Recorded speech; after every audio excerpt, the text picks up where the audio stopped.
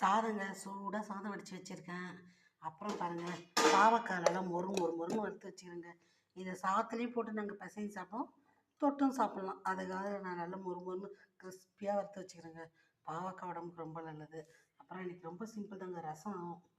அப்புறம் பெரும்பயிருங்க, இதை அவிச்சேங்க. இதை அவிச்சேங்க பெரும்பயிறு சாப்பிட்றதுக்கு.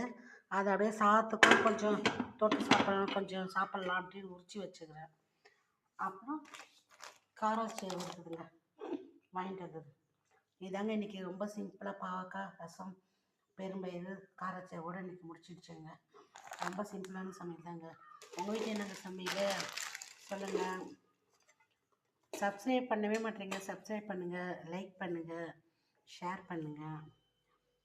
பெரும்பயிறு கூட இப்போ ரொம்ப சீசன் படுதுங்க, பச்சையாக வாங்கி ஏன்னா அவிச்சி சாப்பிட்டா குழந்தைங்களுக்கும் ரொம்ப நல்லது தாங்க.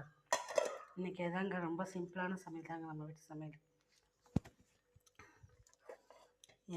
பாவக்காய்னே சில பேர் கசக்குன்னுவாங்க, ஆனால் இந்த மாதிரி நல்லா மொறுன்னு கிறிஸ்பியாக வறுத்து நீங்கள் குழந்தைங்களுக்கு கூட நல்லா சாதம் போட்டு பிசைஞ்சு கொடுத்தா சாப்பிடுவாங்க. அவ்வளோ கசப்பே தெரியாதுங்க சாப்பிட்றதுக்கு.